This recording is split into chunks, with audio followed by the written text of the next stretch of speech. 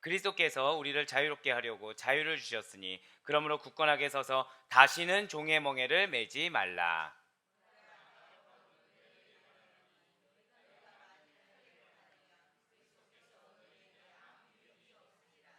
내가 할례를 받는 각 사람에게 다시 증언하노니 그는 율법 전체를 행할 의무를 가진 자라. 율법 안에서 의롭다 함을 얻으려 하는 너희는 그리스도에게서 끊어지고 은혜에서 떨어진 자로다. 아멘. 할렐루야. 네, 주님께서 너무나도 사랑하시고 주님께서 함께하고 계시는 우리 사랑하는 아데포의 교회 성도님들을 주님 환영하고 축복합니다.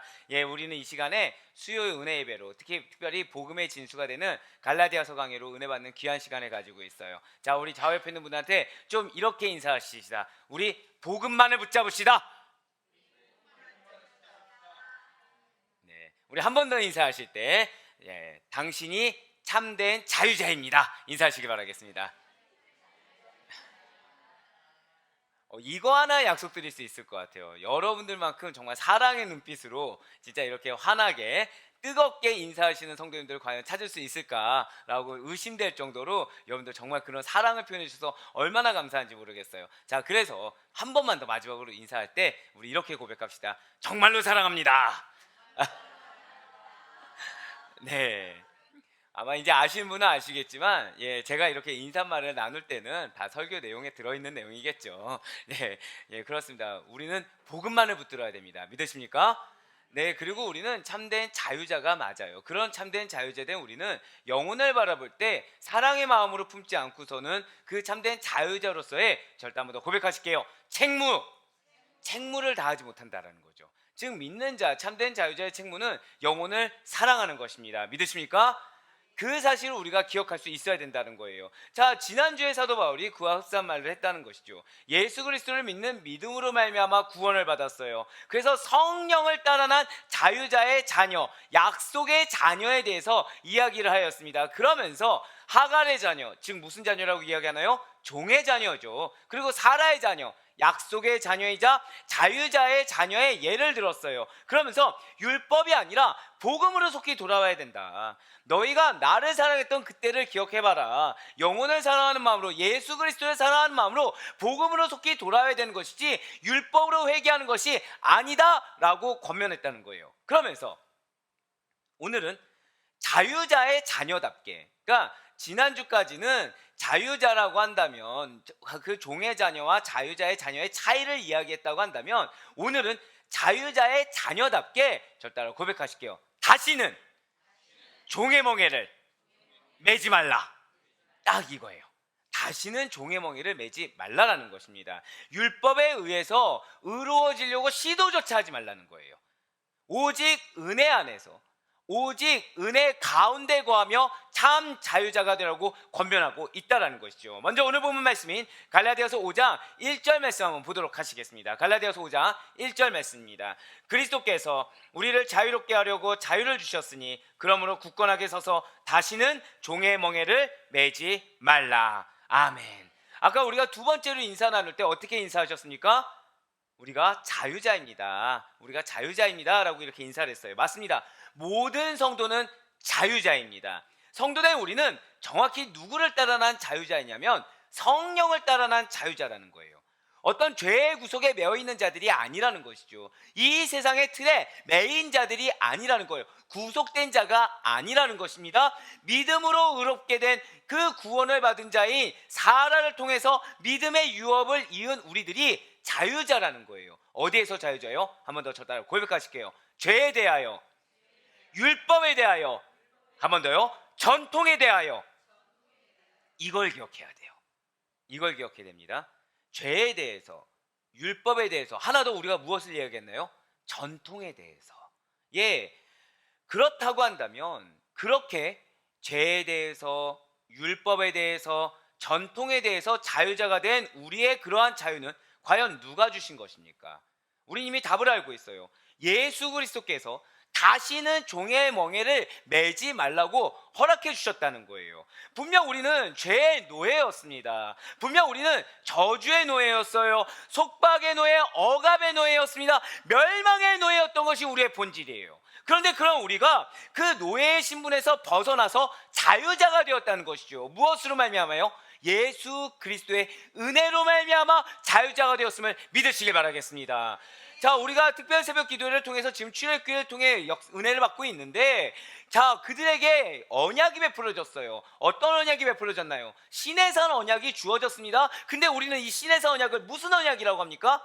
맞아요, 은혜 언약이라고 합니다. 왜 은혜 언약이라고 할까요? 자격이 없는데 주어진 언약이라는 거예요. 정확히는 자격 없이 노예된 자들이었어요. 애굽의 노예된 자들이었는데 하나님께서 구해 주시사 그들에게 약속의 말씀, 언약의 말씀을 은혜로 주셨기 때문에 은혜 언약이라고 하는 것처럼 죄의 노예였던 우리들을 예수 그리스도에서 은혜로 말미암아 구원해 주셨습니다. 믿으십니까? 그러면서 자유자가 되었다는 거예요. 우리들에게 이렇게 자유를 허락해 주신 분은 다른 사람이 아닙니다. 다른 어떠한 법칙이 아니에요. 다른 어떠한 행위가 아닙니다. 다른 어떤 전통과 경력들이 아니에요. 죄와 멸망의 저주에서 구속해 주신 예수 그리스도께서 우리에게 자유를 허락해 주셨음을 반드시 믿으시길 바라겠습니다. 진실로 우리가 자유자가 되었다는 거예요. 자, 그런데 지금 우리가 한 4개월 이제 가까이 되면서 계속해서 율법과 더불어서 복음을 듣습니다. 이 복음과 더불어서 계속 나오는 단어가 무엇이었어요? 자유였어요. 자, 이제 이쯤 되면 그런데 나는 자유를 잘 못 느끼는 것 같은데, 그런데 자유자라고 하는데 사실 나는 더 억압된 것 같은데, 이런 생각이 드는 것이 정상이세요. 그러니까 자유라고 하면은 약간 좀 모호한 개념으로 받아들여지고, 대체 죄에 대해서 자유해졌다고 하는데 내가 이렇게 체감이 안 되는 게 당연하다는 것입니다. 자, 왜 얘기했습니까? 자, 우리가 흔히 자유라고 생각하면 어떤 자유를 생각하나요? 흔히 교과서에서 배운 자유를 생각하기 쉽다는 거예요. 자, 우리나라는 어떤 국가입니까? 자유주의 국가예요. 정확히는 자유민주주의 국가입니다. 자, 여러분들 자유를 누리고 계십니까? 자유민주주의 국가인데 어떤 자유를 누리고 계시나요? 하면은 무슨 생각이 드세요? 자유는커녕 지금 하루하루 근근히 먹고 살기도 힘들어 죽겠는데, 나 그리고 아침에 일어나서 회사에 잘리기 싫어서 지금 이렇게 나가야 되고 가족들 먹이 살리기 위해서 이렇게 해서 구속되는데 뭔 자유민주주의야? 투표해도 내가 원하는 사람 당선도 안 되던데, 막 이런 생각이 들기 마련입니다. 왜 저만 그런 것처럼 그렇게 보시면 제가 또 뭐가 되겠습니까? 자, 사실 자유민주주의 국가라는 걸 아는데 그 자유가 나한테 딱 와닿지는 않는다라는 거예요. 자, 정확히는 국가가 개인의 자유를 보장해 줍니다. 개인의 권리를 보호해 줘요. 그리고 자유시장 경제 발전을 추구하도록 돕는다라는 거죠. 그런데 이 자유가 사실은 우리에게 공정한 자유가 아니라는 것을 우리는 이 현실을 살면서 체감하다 보니 이 자유가 나에게 참된 자유로 느껴지지 못한다라는 거예요. 그런데 성경에서 말하는 자유는 그거랑 다르다는 거예요. 그래서 국가에서 준, 우리가 방금 말씀드렸던 것처럼 무언가 자유라고 하지만 공평하지 못한 자유, 내가 체감하지 못한 그러한 자유랑은 다르다는 것이죠. 세상의 권력을 가진 자들이 허락해준 자유가 절대 아니라는 것입니다. 그렇다면 자유가 무엇입니까? 자유란 무슨 의미를 갖고 있는 것일까요? 자유의 사전적 의미는 어떤 외부적인 구속이나 무엇인가에 얽매이지 않고, 절대 고백하실게요. 내 마음대로, 예, 맞아요, 내 마음대로 할 수 있는 상태예요. 때문에 자유라는 것은 무엇으로부터 벗어난 자유인가? 자, 절 따라 고백하실게요. 무엇으로부터 벗어난 자유인가? 이것이 가장 중요한 개념이라는 거예요. 자, 군대에 우리 청년이 가 있죠. 군대에 있는 청년에게 자, 너에게 자유를 줄게 라고 하면 그 친구는 무엇을 생각하겠습니까? 군대로부터 벗어난 자유를 생각합니다. 그 친구는. 자, 예를 들어서 취준생들이 있어요. 취준생들에게 너에게 자유를 줄게 라고 하면은 무엇에 이렇게 자유를 얻는 거예요? 취업에 대한 압박, 그러니까 뭐 어디에 취업이 돼서 잠시 오리엔테이션 기간까지 갖고 있는 준비 기간, 그 휴식 기간, 휴가 기간 등을 생각하는 것처럼 무엇으로부터의 자유, 이것이 가장 중요한 개념이라는 것이죠. 또한 우리가 자유에서 간과하지 말아야 될 것이 있다는 것입니다. 저 따라 고백하실게요. 자유에는 책임이 있습니다.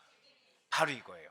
자, 두 부류의 사람이 있어요. 한 부류는 일을 열심히 했습니다. 일을 열심히 해서 한 달간 휴가를 받은 거예요. 한 달간 휴가를 받았어요. 일을 열심히 해서 나름 모아놓은 돈도 있고 한 달간 휴가를 받는데 이 한 달간 휴가가 유급 휴가인 것입니다. 예, 여기서 이제 차이가 나오는 거예요. 가정주부들께서 뭐 그런가 보다. 직장 다니는 분은 할렐루야. 네, 지금 어떤 분은 딱 예, 제 사장님께 얘기해주고 싶네요. 제가 네. 자, 근데 한 부류는 아직 취업을 못했어요. 취업 못하고 나는 준비한다라는 명목하에 한 달을 보내는 겁니다. 자, 어느 쪽이 정말 자유로움을 누리겠습니까? 전자란 걸 우리는 다 알고 있어요. 왜 전자죠? 이 전자는 지금 이 휴가를 누리기 위한 책임을 다 했습니까? 안 했습니까? 이미 했어요. 그리고 이 다음의 행보에 대해서도 결정된 바가 있다는 것이죠. 하지만 후자는 아직 무언가 내가 책임을 다할 수 있을 만한 환경이 주어지지 않았습니다. 그 책임을 다하지도 않았어요. 그렇기 때문에 자유를 누릴 만한 아직 권리를 갖고 있지 못해서 거기에 따른 부담감과 불안감이 존재하고 있다는 것이죠. 그렇습니다. 우리가 자유에서 간과하지 말아야 될 것은 책임이 있다는 거예요. 정확히는 자유는 방종과는 다릅니다. 그래서 그 자유에는 사람으로서 그 자유를 누릴 자로서 행할, 절대 한번 더 고백하실까요? 의무와 책임이 있다.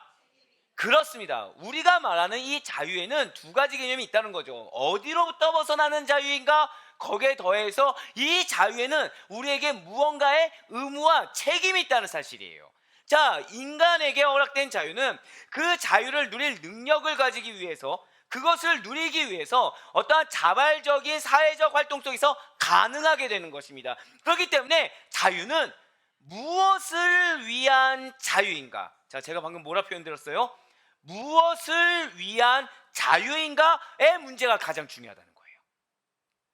세상 사람들이 또는 믿음이 연약한 분들이 자, 예수님이 우리에게 자유를 주셨습니다 했을 때 그것을 받아들이지 못하는 이유는 이 무엇을 위한 자유인가의 문제를 생각하지 못하기 때문이라는 거죠. 무엇을 위한 자유인가 이 문제가 와닿지 않기 때문이라는 것입니다. 왜요? 그분들에게는 죄에 대한 무게가 크지 않기 때문이라는 거예요. 그분들에게는 오늘 우리가 진설병상을 통해서 여러분들 가장 기억에 남는 단어가 무엇입니까? 생명이잖아요. 아, 예, 아멘. 예, 생명이요. 예, 다 고백하셨어요. 이 생명에 대한 문제, 이 죄 해결에 대한 문제가 사실 그분들에게 와닿지 않기 때문에 그 자유가 와닿지 않는다라는 거예요. 하지만 우리에게 허락된 자유라는 것은 바로 그 부분이라는 것입니다. 죄 짓고 엉망으로 살면서 막 폭동을 일으킬 수 있는 그러한 자유를 허락받은 것이 아니라는 거예요. 진실로 인간이라고 한다면 자유를 가지고 이 사회 안에서 건강하고 행복한 삶을 좀 영위할 수 있도록 그 자유를 누릴 능력을 개발하며 자발적이고도 적극적으로 자유를 향해 나아갈 수 있어야 된다는 것이죠. 방종이 아니기 위해서 좀 더 쉽게 말씀드리면 무엇이 있어야 된다? 의무와 책임을 다할, 저 따라 고백하실게요. 의지가 있어야 한다. 그렇습니다. 그러니까 자유를 누리는 데 있어서도 의지가 필요하다는 거예요.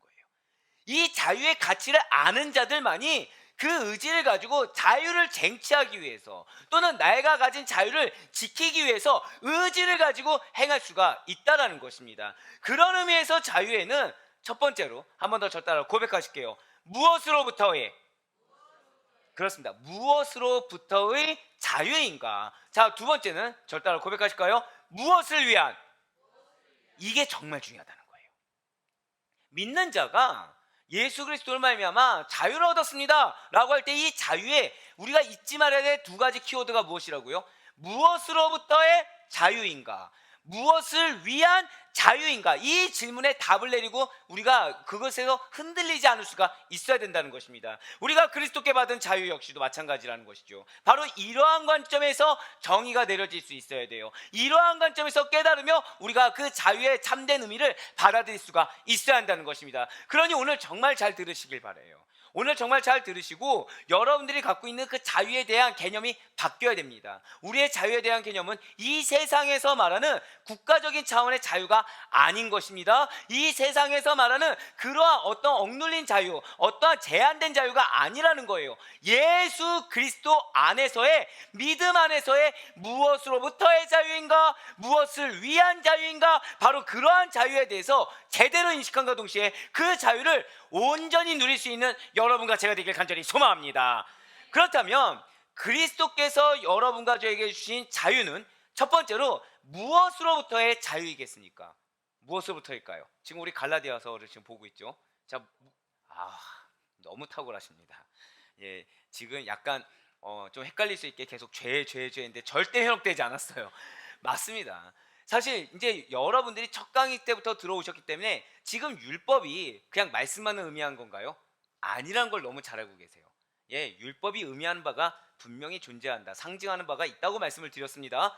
율법으로부터의 자유라는 거예요. 자, 답부터 말씀드리면 그리스도께서 주신 자유는 두 번째로 무엇을 위한 자유입니까? 자, 저 따라 고백하실게요. 성령 안에서 새로운 출발을 가능하게 하는 자유.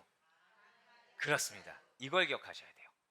자, 내가 지금 현실의 삶에서 좀 무언가 벗어나고 싶다. 그런다고 한다면 반드시 어디 안에 거해야 된다는 거예요? 성령 안에서. 자, 이제 왜 여러분도 우리가 기도 훈련을 받았는지 아시겠죠? 성령의 음성을 들어야 하는 것입니다. 왜 말씀 가운데 거해야 되는지 아시겠죠? 성령님께서 말씀을 통해 우리에게 무엇이라 말씀하신지 그걸 들을 수가 있어야 된다는 거예요. 자, 우리는 주일 오후에 세례 강의를 들을 텐데 세례에서 이제 이런 부분이 나와요. 세례를 우리가 아무리 주고 싶어도 믿음이 없다고 한다면 성령의 음성을 들을 수가 없습니다. 믿음이 없다고 한다면 그 말씀이 무엇을 의미하는지 받아들일 수가 없어요. 그러니까 세례의 의식을 받을 그 의지조차 생기지가 않는다는 거죠. 결국 세례의 의식을 받겠다. 그것은 무엇에 대한 증거가 돼요? 내가 믿음이 있다는 증거가 되는 것입니다. 마찬가지로 성령 안에서 우리가 새로운 출발을 가능하게 하는 자유라는 것은 결국 내가 믿음이 있다는 반증이 된다는 것입니다. 자, 이 두 가지 말씀, 결국 율법으로부터의 자유, 성령 안에서 새로운 출발을 가능하게 하는 자유, 이것을 하나로 정리한다고 한다면 우리가 그리스도께 받은 자유는 절 따라 고백하실게요. 율법에서 벗어나 성령 안에서 새 출발을 가능하게 하는 자유. 그렇습니다. 내가 지금 현실의 삶에서 좀 벗어나고 싶다. 내가 지금 이 현실의 환경에서 좀 해결하고 보고 싶다. 그럼 우리는 가장 먼저 내가 갖고 있는 어떤 프레임을 벗어야 되는 것입니다. 내가 지금 하나님 앞에서 내려놓지 못하는 영역을 벗어버려야 된다는 거예요. 사랑하는 여러분들, 우리가 오해하지 말아야 될 것이 있어요. 자, 우리는 흔한 말로 결단이라는 걸 하죠. 우리가 결단이라는 거 할 때 우리가 믿음 안에서 결단한다, 자기 부인을 결단한다, 성령 안에 거하기를 결단한다, 우리가 온전히 말씀 가운데 거하기를 결단한다고 했을 때 우리가 절대 착각하지 말아야 될 것은 이 결단이라는 것은 온전히 자기 부인하겠다라는 결단인 것이지 내가 이것을 해보겠다라는 결단이 아니라는 거예요. 다시요.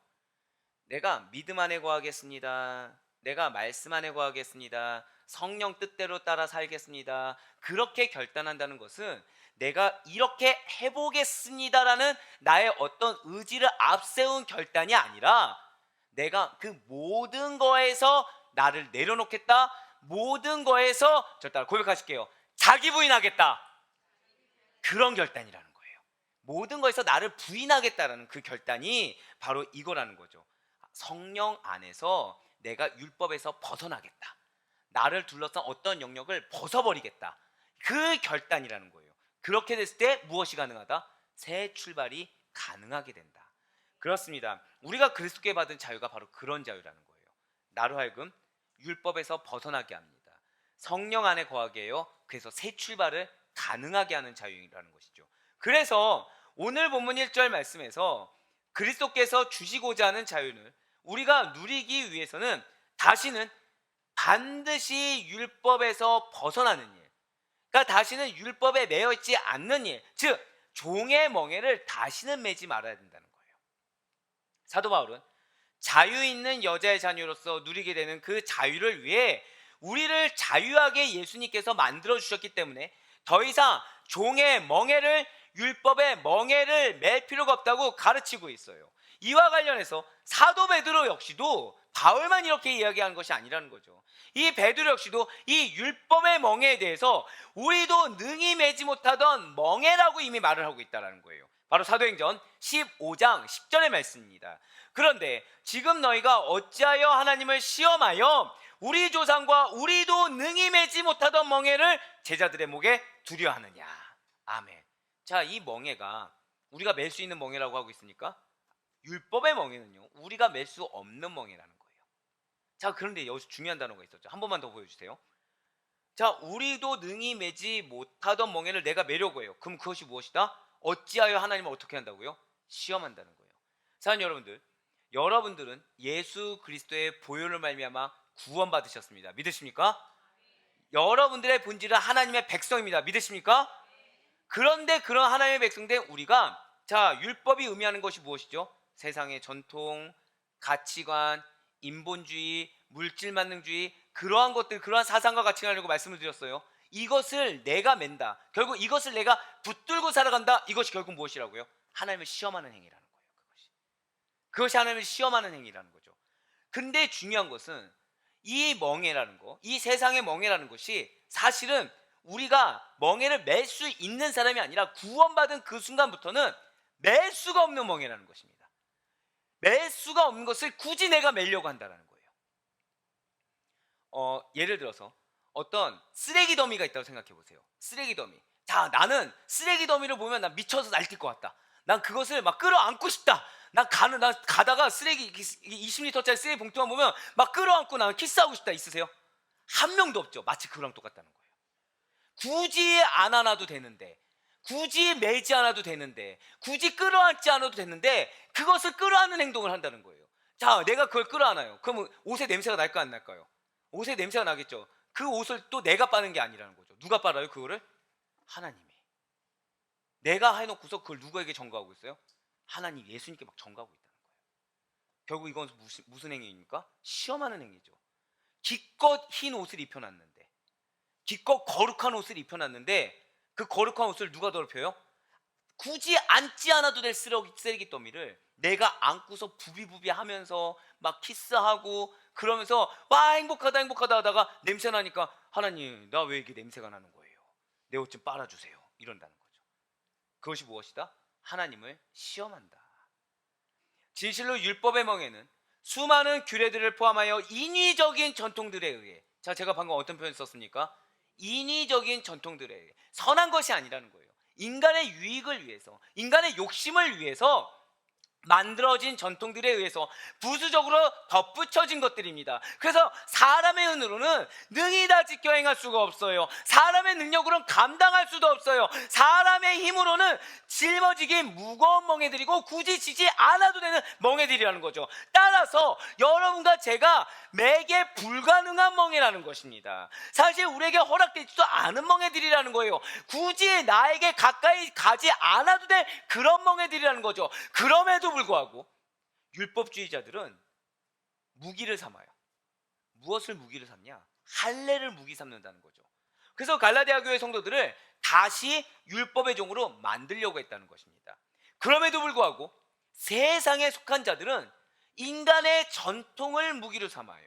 물질을 무기로 삼아요. 인간의 관계, 사람 간의 정을 무기로 삼아요. 그래서 우리로 하여금 다시 세상의 종으로, 다시 율법의 종으로, 다시 인본주의의 종으로 만들려고 한다는 거예요.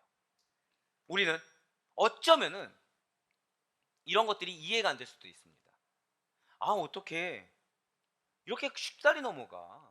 그래도 사도 바울인데 능력을 보여줬을 텐데 왜 넘어가지? 라면서 이해가 되지 않을 수도 있어요. 하지만 당시의 이 시대상을 보게 되면 이해가 확 됩니다. 당시에는 이 할례를 받는 것이 마치 하나의 트렌드가 되어 있었다는 거예요. 자, 요즘 가수들이 나오면 어떤 쇼츠라는 거, 그러니까 뭐라 그러지? 아니, 이렇게 어떤 한 동작을 이렇게 계속 같이 따라서 하는 걸 뭐라 그러죠? 그거를 이름이 생각이 안 나네요. 죄송해요. 별로 관심이 없는 영역이다 보니까. 자, 성경이면 이렇게 말할 텐데, 그러니까 한 명이 이걸 딱 추면은 그거를 본따서 또 다른 사람이 추고 막 이렇게 쳐서 막 영상 올리고 하는 것들 있잖아요. 뭐 다 무슨 뜻인지는 알아들으시죠? 근데 가수가 나오면 그걸 꼭 해야 된대요. 그걸 해서 퍼뜨려야 된답니다. 그래서 사람들의 인기나 인지도를 올려내기 위해서, 그러니까 막 춤을 따라 춘다는 것처럼 막 이렇게, 그래서 그거를 널리 알려야 된다고 하더라고요. 그게 하나의 트렌드인 거죠. 그러니까 가수들이 나오면 뭐부터 생각을 해요? 내 이 춤 중에서 핵심이 되는 춤을 사람들이 많이 출 수 있게 이렇게 짧은 영상에 올리는 거, 이것이 하나의 트렌드라는 겁니다. 이걸 하지 않으면 안 되는 것처럼 소속사에서 알려준다고 하더라고요. 아, 어떻게 알았냐면 기자들 이제 만나서 얘기해 보니까 딱 나온 거예요. 자, 근데 당시 갈라디아 교회 성도들이 그랬다는 거예요. 뭐냐면 할례라는 이 의식 한 가지만 받으면 율법 전체를 지키는 것 같이 갖다 질 것처럼 착각하게 만들었다는 거죠. 그 얼마나 편합니까? 율법 전체 지키는 거 어려워요, 쉬워요? 어렵잖아요. 근데 이 할례를 딱 하면 그 사람 인정받기 시작하는 거예요. 야, 너 할례 받았어. 야, 너 율법을 다 지켰구나. 막 인정하기 시작하는 거죠. 그러니까 마치 이 할례를 안 받으면 뭔가 사회상, 시대상에 뒤떨어지는 것처럼 당시의 트렌드가 돼버린 겁니다. 이 할례를 하는 것이. 그러니까 이 중에서 예를 들어서 우리가 막 김밥을 먹는 거를 한 명이 갑자기 김밥도 안 먹었어 하면서 근데 나도 먹었는데 다 같이 김밥을 먹은 거예요. 근데 사실 김밥 먹을 수도 있고 안 먹을 수도 있는 거잖아요. 근데 김밥을 먹지 않으면 안 되는 것처럼 지금 김밥을 안 먹으면 이 시대상에 뒤처진 것처럼 한 명이 안 먹은 거예요. 그럼 그 한 명은 어떤 마음이 들겠습니까? 내가 문제가 있나? 나도 김밥을 좀 먹어줘야 되나? 난 참치김밥을 먹는데 참치김밥 먹으면 문제가 되나? 참치김밥이 아니라 야채김밥을 먹어야 되나? 이런 생각이 들지 않겠습니까? 그렇게 몰고 왔다는 거예요. 마치 이 할례를 받아야 율법 전체를 다 지키는 것처럼 그렇게 축혀 올려줬다는 거죠. 그렇게 만들어줬다는 거예요. 결국 이 당시 때 이 갈라디아 교회 당시의 트렌드가 무엇이었다고요? 할례를 받는 거였다는 거예요. 그래야 믿음을 인정받았어요. 그래야 구원받은 것의 표징이 되는 것처럼 인정해줬다는 거예요. 오늘날에도 사실 아까 이제 어떤 연예계를 말씀드렸지만 교계에도 이와 비슷한 현상이 있다는 거죠. 어떤 프로그램이 좀 핫하다. 이 프로그램 했더니 어떤 교회가 좀 부흥했다. 교회 부흥에 일조했다라는 소문이 퍼지면 그 프로그램에 집착하는 교회들이 있습니다. 그 프로그램이 막 없으면 안 될 것 같은 교역자들이 실제로 존재를 해요. 프로그램이 본질은 아닌데 그와 비슷한 맥락으로 이 갈라디아 교회에 할례가 그렇게 퍼졌다는 거예요. 그러니 당연히 할례가 본질입니까? 프로그램이 본질입니까? 본질이 중요한 것이지 그런 것들이 중요한 것이 아니거든요. 그래서 지금 사도 바울이 제동을 거는 겁니다. 정확히는 어디에 제동을 걸고 있냐면 자신의 위치, 이 율법주의자들이 말하는 것처럼 너가 너 위치 뺏길까 봐 그런 거지, 그런 게 아니라 할례를 향해 쏠리고 있는 이 갈라디아 교회 성도들의, 절 따라 고백하실게요, 마음가짐, 거기에 제동을 걸고 있는 거예요. 그러니까 그 마음의 중심이 자꾸 본질이라는 것에 쏙끼고 있는 그런 갈라디아의 성도들의 마음가짐에 지금 제동을 걸고 있다는 것입니다. 그래서 할례의 무익성에 대해서 경고하고 있는 거예요. 그러니까 정확히는 사도 바울은 본질을 꿰뚫고 있는 거죠. 지금은 이 할례에 대해서 이 갈라디아 교회 성도들이 쏠리고 있어요. 그러면 이 할례가 나중에는 다른 걸로 대체될 수 있을까요, 없을까요? 대체될 수 있겠죠. 사랑하는 여러분들, 교회가 이 본질적으로 우직할 정도로 말씀, 예배, 기도에서 벗어나지 않아야 되는 이유가 있습니다. 왜 그러냐면 이거는 흔들리지가 않아요. 이거는 시대를 초월해서, 자, 하나님의 말씀은 변합니까, 변치 않습니까? 변치가 않죠. 자, 우리에게 능력은 어디에 있습니까? 말씀에 있어요. 성령님에 있습니다. 믿으십니까?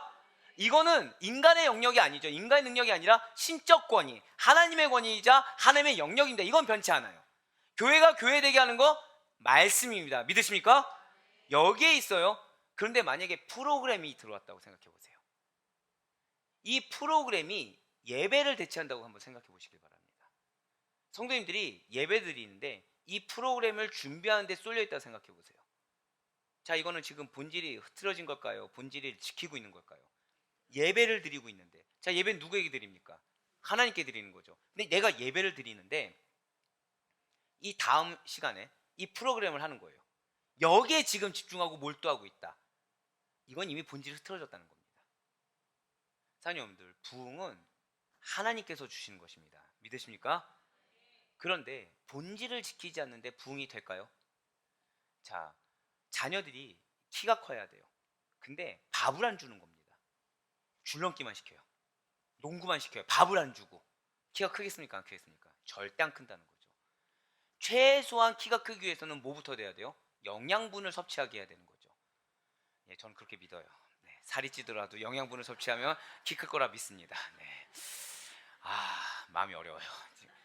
괜히 죄스러움 느끼고 있습니다. 내가 키가 작아서 그런가 아마.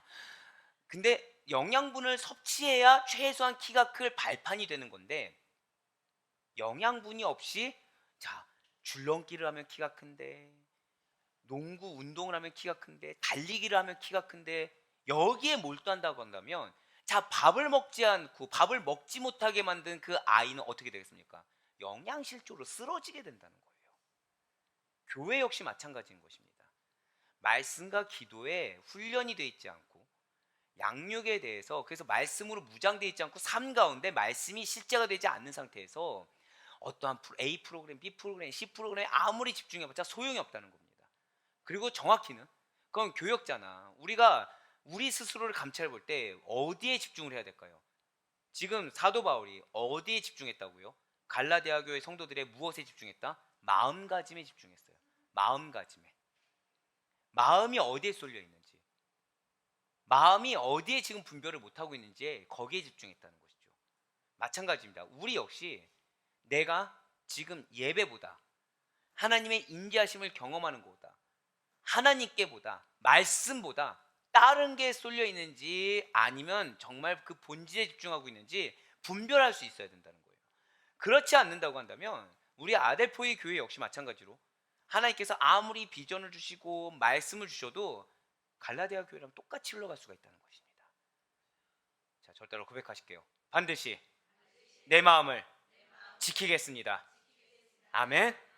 현혹되지 않을 수 있는 우리가 되길 간절히 소망합니다.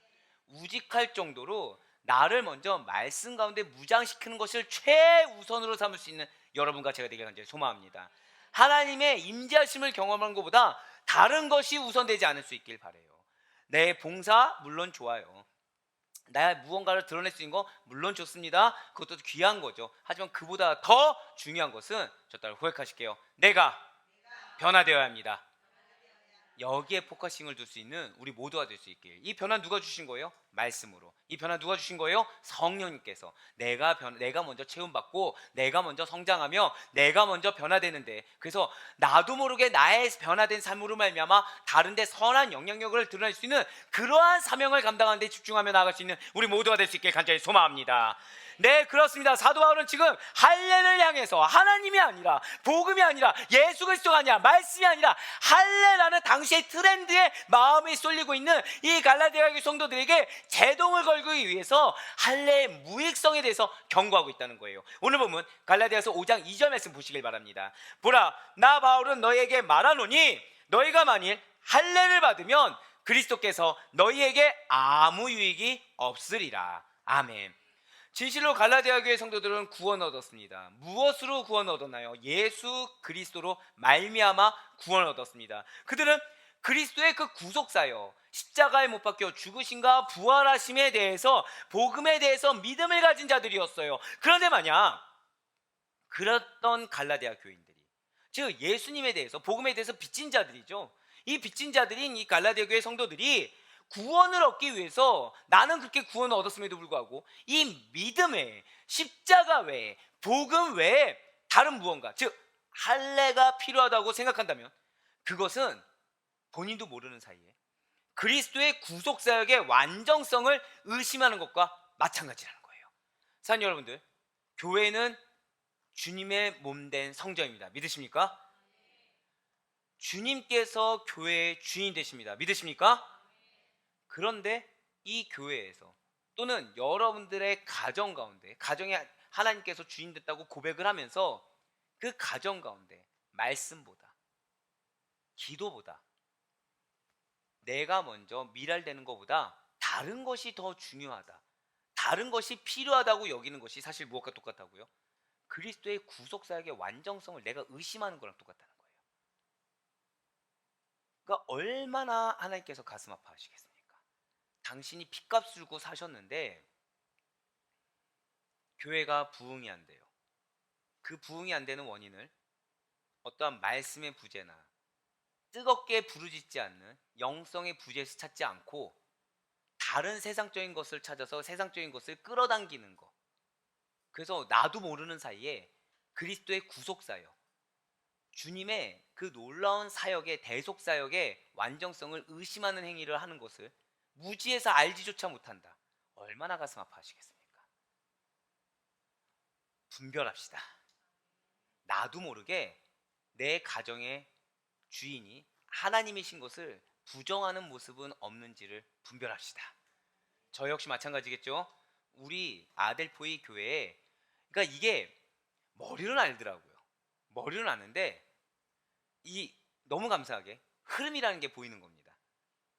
흐름이라는 게 보이니까 담담할까요? 조급할까요? 그런 미소를 보이시면 되게 부끄러우시잖아요, 갑자기. 너무 조급해지는 겁니다. 하나님은 조급해지라고 보여준 게 아니라 담대해지라고, 믿으라고. 이 흐름 제가 가져갔습니까? 아니죠. 하나님이 흘러가게 하시는 거잖아요. 기가 막힐 정도로 비전을 주시면서 그 비전에 따라서 걱정을 하잖아요. 그러면 이 걱정하지 않을 수 있도록 채워주세요.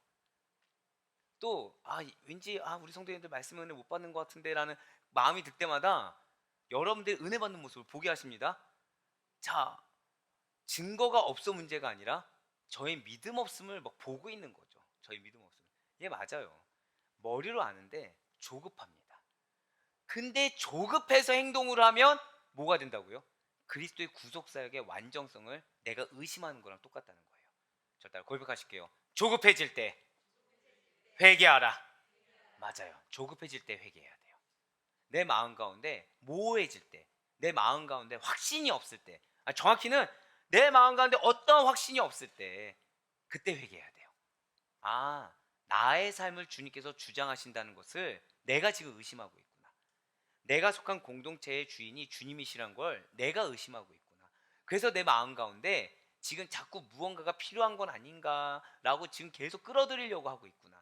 근데 이 행동이 내가 의심하는 행동을 증거하고 있구나 라고 분별할 수 있는 여러분과 제가 되길 간절히 소망합니다. 따라서 그러한 의심은 결국 무엇을 갖지 못하게 할까요? 온전한 믿음을 갖지 못하게 한다는 거예요. 그 온전한 믿음을 갖지 못하게 하니까 그리스도로 말미암은 유익, 오늘 5장 2절에서 말하는 그리스도로 말미암은 유익은 그렇게 의심을 갖는 자, 온전한 믿음을 갖지 못한 자들에게 더 이상 어떠한 것도 은혜를 끼치지 못하게 된다는 것이죠. 사랑하는 여러분들, 은혜 받길 소망하십니까? 축복받길 소망하십니까? 그래서 하나님은 의심하지 말라는 거예요. 그래서 하나님은 그 은혜를 줄 테니까, 축복을 줄 테니까 온전한 믿음을 가지는데 몰두하라는 것입니다. 할렐루야. 얼마나 감사합니까? 얼마나 감사해요. 저 하나님 정답을 주셨어요. 우리의 삶 가운데 놓여있는 허다한 산적해 있는 문제를 해결하기 위해서 우리에게 필요한 건 무엇이다? 온전한 믿음이라는 거예요. 의심치 않는 확신 있는 믿음이라는 것입니다. 그대로 그렇게 그리스도에 대한 불신으로 말미암아 의롭게 되기 위해서 할례를 받은 시점이 사실은 그들이 은혜를 받기 위해서 행했다고 하지만 정작 그리스도로부터 떨어져 나가는 시점이 되며 은혜로부터 멀어지는 시점이 된다는 것이죠.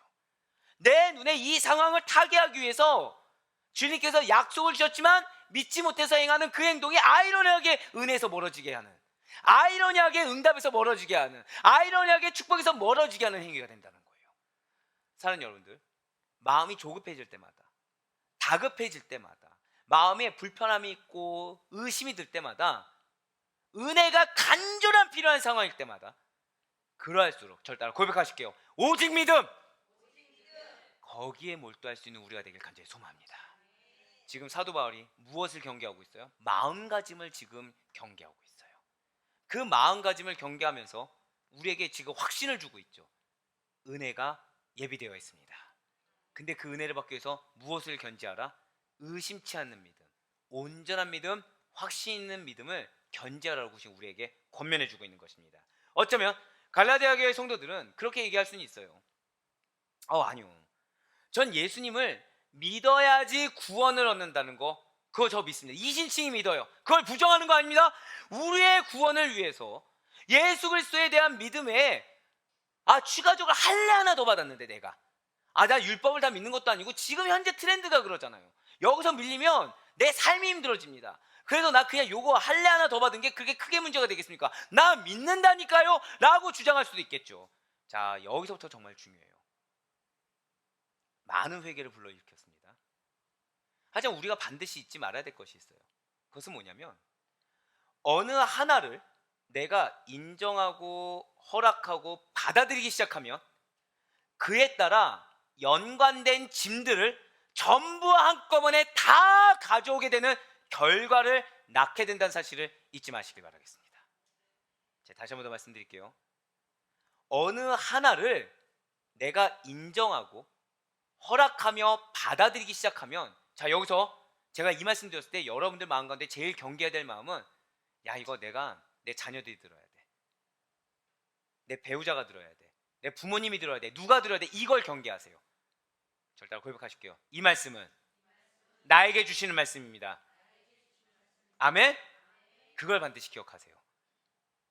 어느 하나를 내가 허락하고 받아들이기 시작한다. 그러면 그에 따라 연관된 짐들을 전부 한꺼번에 다 가져오는 결과를 맞이하게 된다는 거예요. 할래 이 정도쯤이야 하나는 받아들여 보자. 할래 하나 정도는 괜찮겠지 라고 간단하게 생각할 문제가 아니라는 것이죠. 이 말 한마디 정도는 할 수 있는 거잖아. 이거 정도는 내가 얘기해 줄 수 있는 거잖아. 여기에서 뭐가 나온다고요? 사실은 내가 상대에 대해서 내 탐심이 드러난다는 것입니다. 내가 요 정도 하나만큼은 욕심낼 수 있잖아. 나 이 욕심 사실 나 교회를 더 잘 섬기기 위함이야 라고 이야기할 수 있어요. 근데 이 욕심으로 인한 여러 가지 탐심의 결과물을 내가 그 짐들을 끄집어 오고 있다는 거죠. 오늘 보면 3절 말씀 보시길 바래요. 내가 할례를 받는 각 사람에게 다시 증언하노니. 자, 지금 갈라디아 교회 트렌드가 뭐라 말씀드렸어요? 할례 하나 정도는 받는 거, 요 정도는 괜찮다는 거였어요. 다 할례 하나 받는 게 율법 전체를 다 이행하는 거가 동일한 것처럼 착각하게 만들었다는 거죠. 그러니까 이들이 지금 율법 전체를 행하고 있으니까 그냥 할례 하나 행하고 있으니까 그냥 할례 하나 정도 행하고 있다는 거예요. 이게 트렌드였다는 것입니다. 당시 사회에서는 이것을 하는 게 크게 문제가 되지 않을 정도였어요. 자, 근데 뭐라고 얘기합니까? 그는 율법 전체를 행할 무엇을 가졌다고요? 의무를 가진 자라. 이게 뭐냐? 진실로 할례는 율법을 통해서 의로워지려는 시도입니다. 그렇기 때문에 할례를 받는다. 그거 하나 내가 행한 거지만 사실은 그거 하나로 말미암아 율법 전체를 행할 책임, 의무를 짊어지는 것과 동일하다는 거예요. 그러면 결과적으로 무엇입니까? 율법의 정죄에 처할 수밖에 없다는 거예요. 왜 이겠습니까?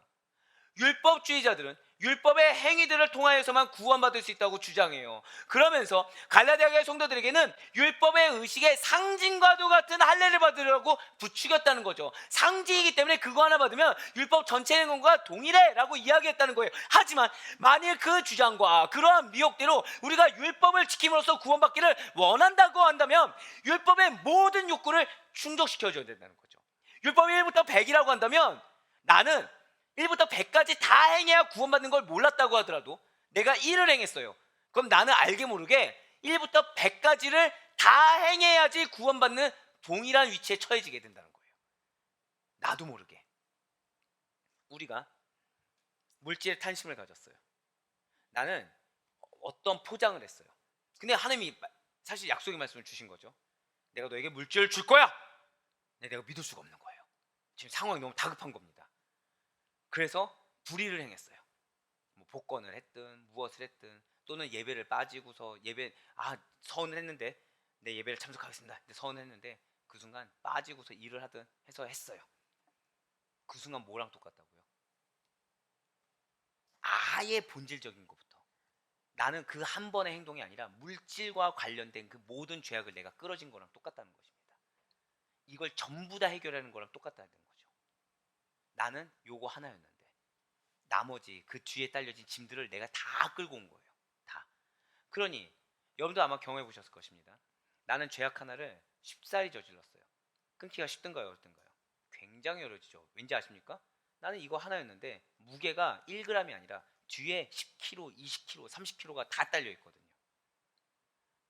그런데 우리는 결단 자체는 몇 g짜리를 하고 있어요? 내 눈에 보이는 1g짜리를 결단하고 있다는 거예요. 근데 하나님은 아까 우리가 계속 믿음의 결단에 대해서 말씀드렸죠.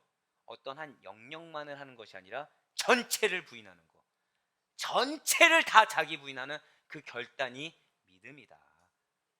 왜 말씀드린지 아시겠죠? 바로 그거라는 거예요. 그냥 할례만 행하면 되는 것이 아니라는 것입니다. 율법의 하나를 의지하고 따르는 순간 전체 율법을 완벽하게 지켜 행하지 않으면 우리는 어떻게 되나요? 저주를 받게 된다는 거예요. 바로 신명기 27장 26절의 말씀입니다. 이 율법의 말씀을 실행하지 아니하는 자는 저주를 받을 것이라 할 것이요 모든 백성은 아멘할지니라. 아멘. 그렇습니다. 만약에 율법주의자들의 주장이 사실이라고 한다면 전체 율법을 완벽하게 지켜 행하는 자들은 율법을 통해 구원을 얻을 수가 있을 거예요. 하지만 실상은 다르다는 것이죠. 어떤 인간도 하나님께서 주신 율법의 모든 욕구를 충족시킬 수가 없는 것이 사실이라는 것입니다. 그 이유가 무엇일까요? 인간의 육신에 자리 잡은 죄임 때문이라는 거예요. 그래서 우리가 가장 하지 말아야 될 말이 있습니다. 내가 이렇게 기도했더니 이렇게 응답받았어. 이걸 하지 말아야 돼요. 왠지 아십니까? 제가 절대적으로 하지 않는 말이 있어요. 내가 금식 기도를 했더니 이렇게 응답받았습니다. 이 말을 하지 않아요. 반대적으로 얘기할까요? 여러분들이 기도가 예를 들어서 100가지 중에 20가지가 응답이 됐습니다. 그럼 80가지는 뭐 때문이에요? 제가 더 많이 금식하지 않아서 80가지가 응답을 못 받은 거랑 똑같게 되거든요. 자, 기도 응답은 누구의 영역입니까? 하나님의 영역이죠. 근데 인간이 알게 모르게 자기 공로를 드러내면서 그게 무슨 말인지를 모르고 한다는 거예요. 예, 다시 한번 말씀드릴까요? 내가 이렇게 기도했더니 이게 응답됐어. 나머지 응답 안 된 거에 대한 책임은 어떻게 지겠습니까? 내가 그럼 기도를 그만큼 더 안 했기 때문에 받은 그 죄에 대한 대가는 어떻게 치르겠습니까? 그걸 생각하지 못한다는 거예요. 여러분들, 내 공로를 드러낸다는 건 그렇게 무서운 일입니다. 내 공로를 드러낸다는 것은 내가 모든 걸 다 책임지겠습니다 라는 거랑 똑같다는 거예요. 내 의를 드러내는 것은 내가 그 모든 삶을 책임지겠습니다라고 똑같다는 거죠. 나는 그런 의도가 아니었습니다라고 얘기해도, 아까 그래서 쉽게 말씀드렸죠. 나는 1g을 끌어들였는데 그 뒤에 뭐가 있다? 10kg, 20kg, 30kg짜리가 다 연루되어서 갖고 있다. 내 의를 드러내지 않을 수 있는 우리가 되길 간절히 소망합니다. 결국 교회에서 만약에 한 프로그램이 너무 이게 부흥했다, 여기에 집중을 했어요.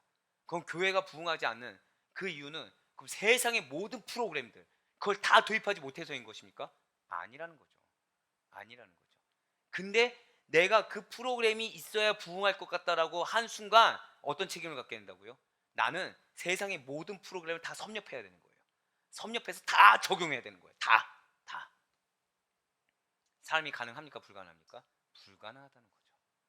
불가능한 것을 가능한 것처럼. 근데 왜 그렇게 할까요? 쉽게 가려고 해서 그렇습니다. 제가 방금 뭐라 표현 들었어요? 쉽게 가려고. 자, 지금 갈라디아 교회 성도들이 왜 할례라는 트렌드에 목을 맸습니까? 쉽게 가려고 한 거예요. 할례 한 번 받으면 뭐랑 똑같다고 착각을 했어요? 율법 전체를 행한 거랑 똑같다고 착각을 한 거죠. 신앙은 쉽게 가는 법이 없습니다. 신앙은, 우리 왜 그런 얘기 들어보시죠? 신앙은 마라톤이다. 마라톤이다. 그냥 길게만 생각해서는 안 돼요. 끊임없는 싸움입니다. 지루한 싸움입니다. 하지만 끝이 있는 싸움입니다. 결과가 확실한 싸움입니다. 그래서 우리는 소망의 확신이 있어야 돼요. 그렇지 않으면 우리는 자꾸 쉽게 가려고 합니다. 소망의 확신을 붙들지 않으면 우리는 자꾸 내 마음을 제어할 수가 없습니다. 그 순간 자꾸 현혹되게 돼요.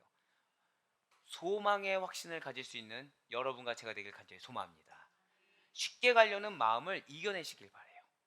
쉽게 가려는 마음이 들 때마다 지금 내 눈앞에 결실이 있기 때문에 지금 이 결실을 획득하지 못하게 하기 위해서 사단이 지금 돌리는 거구나. 나의 때가 바로 조만간에 오겠구나 라는 믿음의 확신, 하나님에 대한 신뢰의 확신을 가질 수 있는 여러분과 제가 되길 간절히 소망합니다.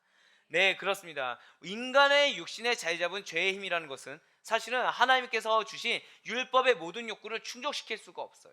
인간의 육신에 자리 잡은 죄의 힘이라는 것은 우리로 하여금 조급하게 합니다. 우리로 하여금 쉽게 가려고 해요. 바로 로마서 7장 23절의 말씀이 우리에게 이렇게 증거합니다. 내 지체 속에서 한 다른 법이 내 마음의 법과 싸워 내 지체 속에 있는 죄의 법으로 나를 사로잡는 것을 보는도다. 아멘.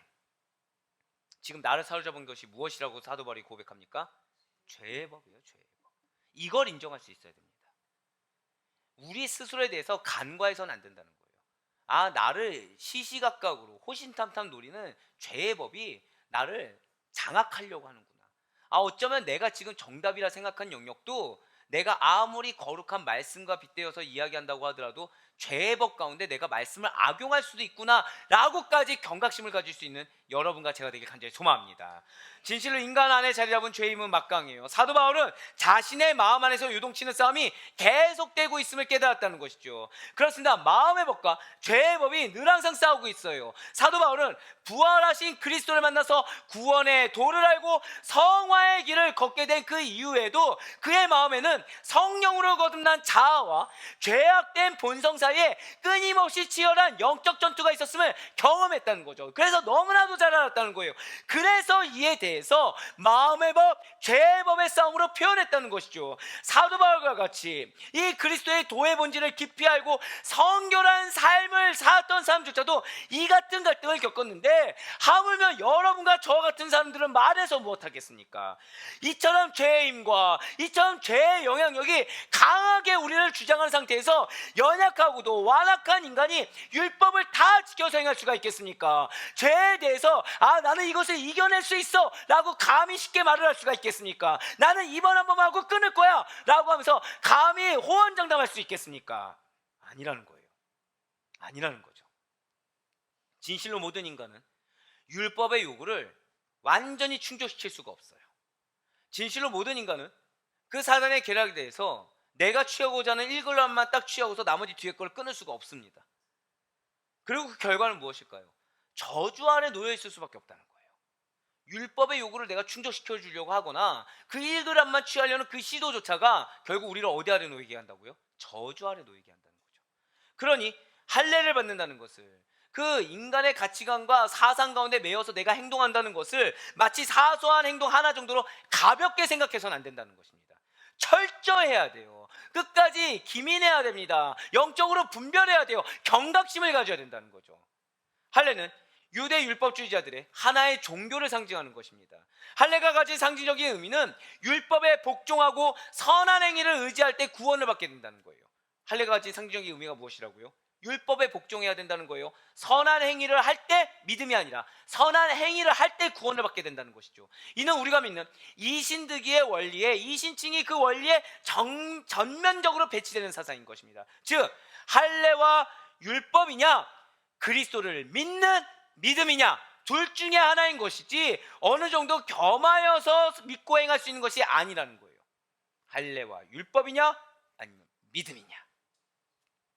믿음에 굳게 서지 못하고 구원을 위해서 할례를 맺게 된다고 한다면 명백하게 말씀을 드릴게요. 그리스도에게서 끊어지게 되는 것입니다. 우리가 회개하지 않는 죄의 영역을 이건 괜찮겠지, 저건 괜찮겠지, 이건 괜찮아, 또는 모른 척하면서 난 몰랐어 라는 걸 하나 둘씩 계속 갖고 오게 된다면 제가 뭐라 말씀드렸죠? 구원의 위험 요소가 된다고 말씀드렸어요. 바로 4절 말씀 보시길 바랍니다. 오늘 보면 4절 말씀이에요. 율법 안에서 의롭다함을 얻으려 하는 너희는 그리스도에게서 끊어지고 은혜에서 떨어진 자로다. 얼마나 안타깝습니까? 은혜를 받기 위해서 그런 거였는데 아이러니하게 은혜에서 멀어지게 됐다는 거죠. 은혜를 얻고 축복받기 위해서 확실한 영생을 소유하기 위해서 했는데 아이러니하게 예수님에게서 멀어졌다는 거예요. 끊어졌다는 거죠. 그리스도에게서 끊어진다는 것은 그리스도로부터의 완전한 분리와 완전한 단절을 의미하는 것입니다. 그래서 할례를 받은 자들은 그리스도의 대속사역이 더 이상 아무런 효력을 발휘할 수가 없다는 거예요. 진실로 할례를 선택한 자는 그리스도의 은혜에서 떨어진 자, 단절된 자로 전락하게 됩니다. 은혜에서 떨어지는 정도가 이스라엘 백성들이 생활 속에서 수시로 짓는 죄들로 인해서 일시적으로 은혜에서 멀어지는 것이 아니라는 거예요. 내가 어쩔 수 없이 그 지은 죄 1g의 죄 하나가 그냥 잠깐 은혜에서 멀어진 정도가 아니라는 거죠.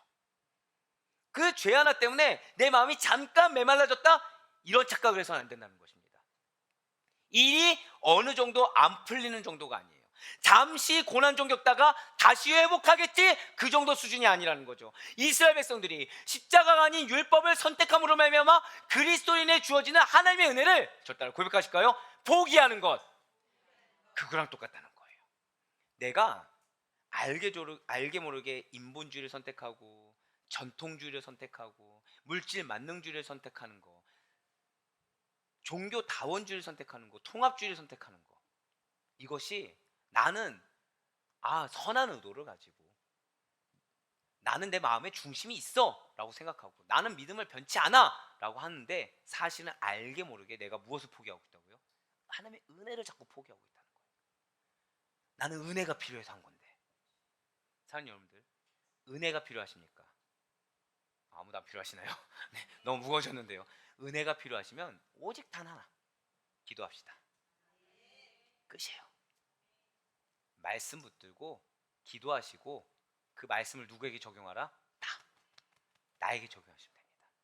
자꾸 말씀을 남에게 적용하는 분들은 내 마음 가운데 뭘 지금 만족하고 있는 거예요? 상대를 정죄하고 싶었어요. 상대가 미워 죽겠어요. 근데 마침 말씀이 딱 그렇게 들리는 거예요. 기가 막힌 거죠. 야, 내 마음을 하나님 시원하게 해줬어 하면서 내 직성을 풀고 있는 겁니다. 정죄하는 마음으로.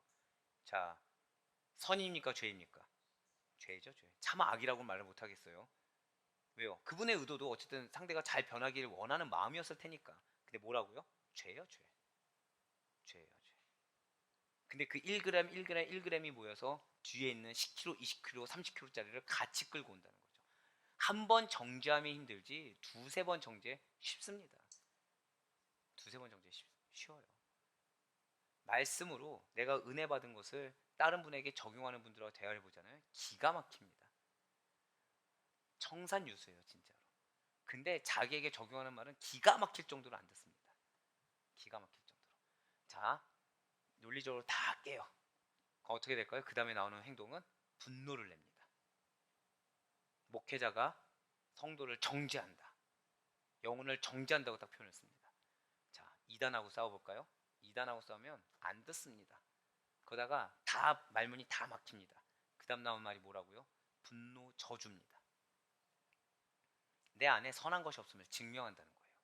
근데 차라리 그렇게 해서 내가 화를 내는 내가 이 분노의 존재라는 것을 인정하면 또 다행이에요. 근데 이거에 대한 원인을 또 누구에게 찾고 있어요? 상대방에게, 남에게. 스스로의 영혼을 돌보지 않는 거죠. 그러니까 영혼은 계속 메말라가요. 이 메마른 걸 인정하기 싫고 이 메마른 걸 뭘로 채우고 싶어요? 상대의 피로, 상대의 눈물로 채우길 원한다는 거죠. 그 영혼이 어떻게 구원받은 영혼이라 하겠습니까? 그 영혼이 이단에서 돌이킬 수 있는 기회를 어떻게 가질 수 있다고 말을 할 수가 있겠습니까? 없다는 거예요. 하나님께서 일부러 은혜에서 떨어짐을 당하도록 만드신 것이 결코 아닙니다. 스스로가 자발적으로 그걸 선택한다는 거예요. 그들 스스로가 율법을 선택함으로써 그들 스스로가 적극적으로 능동적으로 자발적인 선택에 의해서 은혜에서 떨어져 나간다. 은혜를 포기한다라는 의미라는 것이죠. 아, 저는 율법을 잘 지켰어요. 은혜 주세요. 할례 했으니 구원해 주세요라고 당당히 말을 한다고 하더라도, 아, 내 마음 가운데 선한 의도를 가지고 했어요 라고 주장한다고 하더라도 그러한 행위와 말들이 하나님의 은혜의 보좌를 움직일 수가 없다는 것입니다. 사랑하는 여러분들, 하나님의 은혜의 보좌를 움직이는 것은 단 하나예요. 자, 따라 고백하실까요? 오직 믿음. 제가 믿음 앞에 뭘 붙였어요? 오직이에요. 오직. 다른 게 없어요. 다른 게 없어요. 오직 믿음입니다. 아까 그 믿음의 결단은 무엇이라 말씀드렸나요? 자기 부인. 믿음은 자기 부인입니다. 남 탓? 아니에요. 왜 나만? 아니에요. 내가 문제인 거예요. 내가 하나님 앞에서 거룩하지 못한 거, 내가 앞에서 성결하지 못한 거. 그렇기 때문에 나로 하여금 말씀을 듣게 하신 거, 나로 하여금 깨어지게 한 거. 아, 이게 은혜구나. 왜요? 깨어진 그 자리를 뭘로 채워주십니까? 그때 은혜로 채워주시는 거예요. 할렐루야. 그래, 사랑하는 여러분들, 반드시 잊지 마시길 바랍니다. 종교적인 의식이나 어떠한 행위는 결코 우리의 구원에 아무런 영향을 미치지 못합니다. 자, 우리 지금 계속해서 우리 기독교에게 가장 중요한 것은 무엇이다? 생명이 중요하다고 말씀드렸잖아요. 구원이 중요하다. 영생이 중요하다. 그 이상 없어요. 우리에게 중요한 것은 구원이요, 영생이요, 생명인 것이지 다른 게 중요한 것이 아닙니다. 그런데 종교적인 의식이나 행위는 거기에 아무런 영향을 미치지 못한다는 거예요. 그것들은 단지 하나님을 향한 우리의 신앙이 밖으로 표현되는 것일 뿐이라는 거죠. 이러한 사실은 하나님께서 나는 제사를 원하지 아니하고 자비를 원한다라고 하신 예수님의 말씀에서도 분명히 증명되는 것입니다. 어떠한 제사라도 그 제사의 진정한 의미와 목적이 결핍된 것이라고 한다면 하나님께서 기뻐 받으시지 않으신다는 사실을 반드시 잊지 마시길 바라요. 왜 제가 지금 바쁜 거 알고 계시잖아요. 잠도 못 자는 거 알고 계시잖아요. 그런데 다른 것은 몰라도 세례와 성찬에 대해서 왜 양육을 하고 여러분들에게 바른 지식을 알려주겠다고 하는 것이겠습니까? 바로 이거예요. 세례와 성찬의 진정한 의미와 목적이 무엇인지 우리가 알지 못하고 모호한 상태로 드려진다. 예배 가운데 하나님이 나에게 바라신 것이 무엇인지 모르고 내 마음은 딴 데 정신 팔린 데서 그냥 자리만 앉아있다. 하나님께서 기뻐 받으시지 않기 때문이라는 것이죠. 네, 맞아요. 그러니 여러분들, 구원의 방편 오직 예수 그리스도뿐이라는 사실을 반드시 믿으시기 바랍니다. 우리가 행하는 모든 예배와 어떤 세례, 성만찬 그런 의식이 하나님께 상달되기 위해서는 우리가 온전히 마음을 드리는 거, 그 가운데 주님께만 마음의 그 중심이 쏠려 그 향해 있는 거, 이 이상이 없다는 사실을 반드시 믿으시기 바랍니다. 저 따라 고백하실게요. 마음을 드리겠습니다. 그렇습니다. 바로 그거라는 거예요. 알아야 마음을 드리죠. 알아야. 종교적인 의식이나 행위, 그리고 나의 어떤 경험, 물질 이런 것들을 의지하여 하나님께 나아갈 수 있다고 착각하는 어떤 율법주의자들이나 세속주의에 빠진 자들의 주장은 일고의 가치도 없다는 거예요. 현혹될 필요도 없다는 거죠. 사람이라면 이미 끝난 거예요. 이미 끝난 거예요. 말씀이 뭐라고 하는지 그게 제일 중요하죠. 내가 지금 말씀의 은혜를 못 받는데 뭐가 더 중요하겠습니까? 내가 지금 하나님의 인자하심을 경험하지 못하는데 뭐가 더 중요하겠습니까? 다른 게 중요한 게 없죠. 지금 내 영혼이 죽어가는데. 이 사실을 기억하셔서 여러분과 저를 구원으로 이끌어주시는 주님만을 바라보시길 바라요.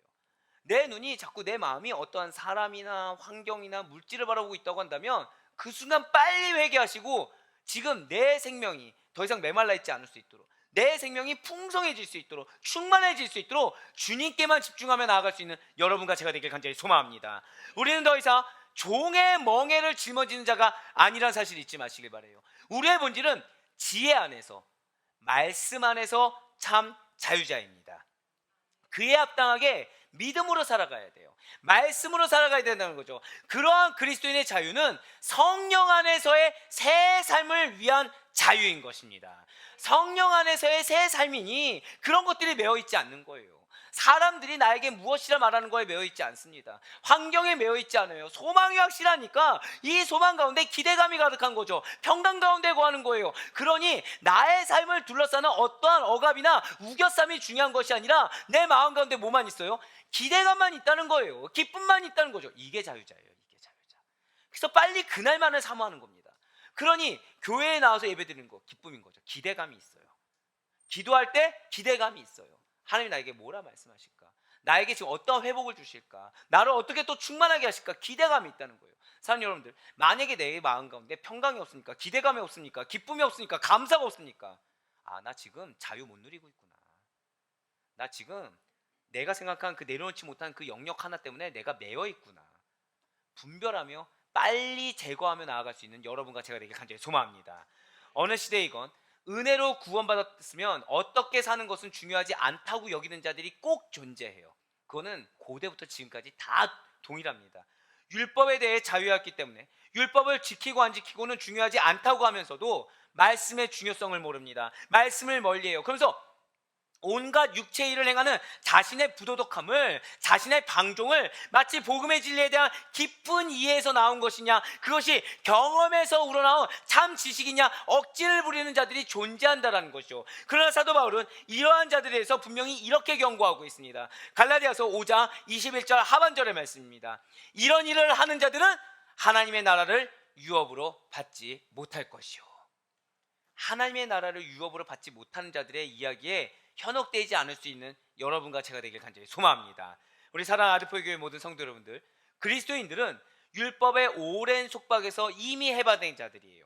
처음에는 마치 세상에 오랫동안 갇혀있다가 세상 밖으로 풀려난 새처럼 자유의 날개를 잘 활용하지 못한다는 것이죠. 그렇지만 자신이 날개를 가졌으며 세상 밖의 넓은 세계로 날아갈 수 있는 자유가 있음을 깨달은 후에는 창공을 향해 힘차게 날개짓을 하면서 하나님께로 향하여 날아가는 자들이 믿는 자들인 것입니다. 그리스도인들은 이처럼 자유예요. 그리스도 안에서 자유의 가치와 목적을 아는 자들은 회개가 부끄럽지 않습니다. 회개가 자존심이 상하는 것이 아니에요. 회개 이유에 대해서 기대감을 갖고 하나님 앞에서 정결하게 나아가는 것에 목적을 두는 자들입니다. 내 입술, 내 생각으로 말미암아 나의 자유를 억압하는 것을 분별하면서 입술을 닫고 기도의 입술을 여는 자들이에요. 입술을 닫고 겉면의 말씀, 평강의 말씀, 그 칭찬의 말씀, 격려의 말씀을 여는 자들인 것입니다. 자유를 자유되게 하는 성령님과 동행하며 나를 방종의 상태로 내모는 것이 아니라 말씀 가운데 기꺼이 사랑으로, 마지막으로 저 따라 고백하실게요. 종노릇하기 위해. 그렇습니다. 미랄이 더 이상 괴로움이 아니라는 거예요. 미랄이 괴로움이 아니에요. 그 자유를 포기하는 역설을 감행하는 자, 그 자들이 믿는 자들이에요. 그리스도 안에서라는 이 말은 자유의 제한을 의미하는 것이 아닙니다. 오히려 자유를 자유되게 하며 자유에 나아갈 방향을 제시하고 자유의 무한한 가치를 부여하는 말이 그리스도 안에서입니다. 스스로의 행위를 통해서 스스로의 만족감을 위해서 의롭다 인정받으려는 모든 생각을 그래서 내려놓으시고 주님께서 주시는 십자가를 지며 그 가운데 주시는 영적 자유한 가운데 평강을 누리는 자들이 참 자유자 된 그리스도인이요, 여러분과 저라는 사실을 반드시 믿으시길 바랍니다. 그래 바로 끊었기는 오직 값없이 주시는 예수 그리스도의 은혜만을 의지하셔서 참된 자유를 누리는 우리 성도님들 통해서 많은 자들이 변화되게 될 거예요. 많은 자들이 회심하게 될 것입니다. 어쩌면 지금 이 말이 어떤 분들은 와닿지 않을 수가 있어요. 왜요? 아직까지 내려놓지 못했기 때문에. 근데 그런 거 경험하신 적이 있을 겁니다. 내가 내려놨어요. 자존심 내려놓고 누군가를 섬겼어요. 그때 막 후련해지는 거죠. 경험해보신 적 있으십니까? 저만 있는 걸로. 네. 왜 그거 있잖아요. 내가 피해자인데 오히려 상대에게 맞춰주는 거예요. 근데 내가 마음 가운데 차라리 후련함이 있는 거죠. 아, 차라리 잘 됐다. 아, 그래. 예, 이제서야. 되게 신기한 거는 여성분들이 고개를 더 많이 끄덕거려요. 저는 오히려 남성분들이 더 끄덕거릴 줄 알았는데, 예. 그런 거 있잖아요. 그러니까 누가 봐도 잘못한 거예요. 나는 억울해 죽겠어요. 근데도 그래, 너 어디까지 한번 하는지 보자라고 해서 끝까지 맞춰준 거죠. 그때 오는 후련함 있지 않습니까? 하지 말았어야 돼. 이런 말을 하지 말았어야 돼. 그때 오는 그 후련함은, 이 다음 말이 뭐냐면 빙산의 일각이라고 했는데 빙산의 일각에서 주어가 나와버렸어요. 지금 빙산의 일각이라는 거죠. 대체 누가 피해자야? 그러면 지금 나도 주어였는데 지금. 네. 하나님께서는 지금 우리들이 이 자유를 누리기를 원하신다는 거예요. 내가 피해자일 수 있습니다. 내가 억울할 수 있어요. 그리고 나는 지금 십자가를 짊어지는데 오히려 주변에서 더 철딱서니 없이 굴 수도 있습니다. 근데 나는 더 큰 십자가의 무게를 짊어지는 것 같은 그런 감정을 느낄 수가 있어요. 그런데 그때 나를 내려놓잖아요. 그러면 이 십자가가 축복인 걸 알게 됩니다. 이 십자가가 내 것이라는 것을 알게 된 순간 하나님이 이 십자가를 또 대신 짊어지는 것도 알게 되고 그 가운데 마음에 뭐가 있냐? 소망이 생긴다는 거예요. 소망이. 그것을 위해서 한 걸 한 걸 나아가는 여러분과 제가 되길 간절히 소망합니다. 어쩌면 저의 역할은요, 여러분들이 지금 와닿지 않는 이 부분들이 와닿을 수 있는 단계, 여기서 끝나지 않고 그런 여러분들, 와닿아서 변화된 여러분들 통해서 여러분들의 가족과 여러분들의 공동체까지 변화시키는 것이 저의 사명일 것입니다. 저는 근데 모두 다 그렇게 될 거라고 믿고 있어요. 왜요? 아델포이 교회 같은 이런 공동체는 저는 보지 못했습니다. 자, 어떤 한 분이 저에게 아주 흡족한 말씀을 해주셨어요. 우리 아델포이 교회는 모두 다 중직이다. 네, 이게 왜 기쁘냐면 모두 다 중직이라는 얘기는 여러분들 통해서 여러분 다 영적 대표고 리더란 얘기거든요. 그럼 여러분 통해서 얼마나 많은 공동체가 변화되겠습니까? 여러분 통해서 얼마나 많은 영혼들이 변화되겠습니까? 그래서 저는 여러분들의 발전을 기대하고 있어요. 여러분들의 성장을 기대하고 있습니다. 근데 그 시작이 무엇입니까? 저 다 고백하실게요. 자유를 누려야 합니다. 네, 자유를 누리시길 바래요. 주님 안에서의 자유를 누리시길 바래요. 그래서 인간적으로 이해 안 되는 행동과 말이라고 하더라도 그 가운데 주시는 하나님이 주시는 평강을 맛볼 수 있는 여러분과 제가 되길 소망합니다. 그러한 자가 체험받습니다. 그러한 자가 성장하게 되어 그러한 자가 변화되게 되는 것입니다. 그 모든 은혜 여러분 될 것임을 반드시 믿는 믿음으로 말미암아 내가 내려놓은 그 자리를 주님께서 허락하시는 평강과 기대감과 자유함 가운데 누리며 많은 변화의 결실을 맺으며 나아갈 수 있는 여러분과 저의 삶이 될 수 있기를 주님의 이름으로 간절히 축원합니다.